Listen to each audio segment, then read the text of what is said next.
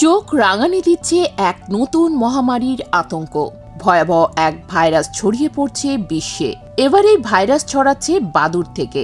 ইথিওপিয়ার দক্ষিণাঞ্চলের জিঙ্কা নামের এলাকায় মার্কবার্গ ভাইরাস ছড়িয়ে পড়ছে। মার্কবার্গ ভাইরাস নতুন কিছু নয়।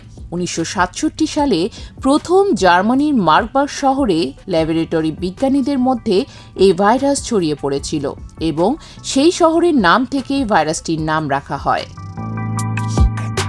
ভাইরাসটি এক ধরনের বাদুড়ের শরীরে থাকে। ইন্ডিপেন্ডেন্ট পত্রিকায় প্রকাশিত এক প্রতিবেদনে বলা হয়েছে, আফ্রিকার কিছু অঞ্চলে পাহাড়ি গুহায় যেসব বাদুড় থাকে তাদের মধ্যেই এই ভাইরাস বেশি পাওয়া যায়।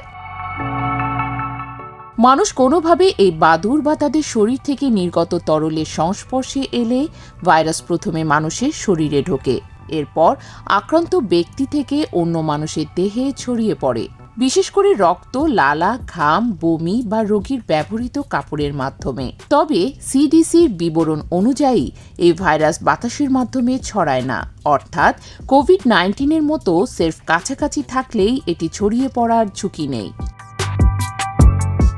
মার্কবার্গ ভাইরাসে আক্রান্ত হলে প্রথম দিকে জ্বর, মাথা ব্যথা, শরীর ব্যথা ও অস্বাভাবিক ক্লান্তি দেখা দেয়। ওয়ার্ল্ড হেলথ অর্গানাইজেশনের প্রতিবেদনে বলা হয়েছে, আক্রান্ত হওয়ার কিছুদিন পর অনেকের ক্ষেত্রে বমি, ডায়রিয়া, পেট ব্যথা এবং শরীরের ভেতরে রক্তক্ষরণ দেখা দিতে পারে। গুরুতর অবস্থায় রোগীর চোখ, কান, নাক, এমনকি মল বা বমির সঙ্গে রক্ত বের হতে পারে। এমন পরিস্থিতিতে রোগী দ্রুত দুর্বল হয়ে পড়ে এবং সময় মতো চিকিৎসা না পেলে মৃত্যু পর্যন্ত হতে পারে। কিছু প্রাদুর্ভাবে মৃত্যু হার 80%-এরও বেশি দেখা গেছে, যা বিজ্ঞানীদের বিশেষভাবে চিহ্নিত করেছে।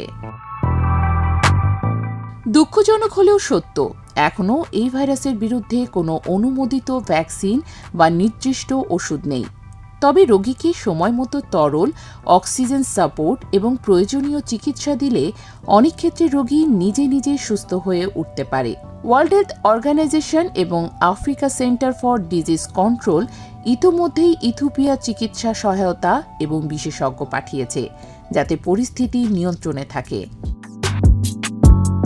এমন অবস্থায় প্রশ্ন উঠছে, এটি কি আবার নতুন কোনো মহামারীর সূচনা করতে পারে? বিশেষজ্ঞদের মতে আশঙ্কা থাকলেও ঝুঁকি এখনও সীমিত, কারণ ভাইরাসটি বাতাসে ছড়ায় না এবং রোগ নিয়ন্ত্রণে দ্রুত ব্যবস্থা নেওয়া হলে সংক্রমণ থামানো সম্ভব। তবে ফিনান্সিয়াল এক্সপ্রেসে প্রকাশিত একটি প্রতিবেদনে বলা হয়েছে, এই ঘটনায় আন্তর্জাতিক স্বাস্থ্য সংস্থাগুলো সতর্ক পর্যায়ে চলে গেছে।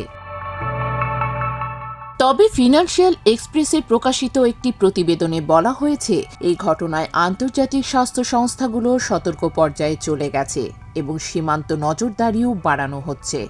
সংশ্লিষ্টরা বলছেন, মানুষের এখনই আতঙ্কিত হওয়ার সময় আসেনি, তবে সচেতনতা থাকা জরুরি। যেসব এলাকায় প্রাদুর্ভাব রয়েছে সেখানে রোগী বা মৃতদেহের সংস্পর্শ এড়িয়ে চলা, স্বাস্থ্যবিধি মেনে চলা এবং সন্দেহভাজন উপসর্গ দেখা দিলে দ্রুত চিকিৎসা নেওয়া অত্যন্ত গুরুত্বপূর্ণ।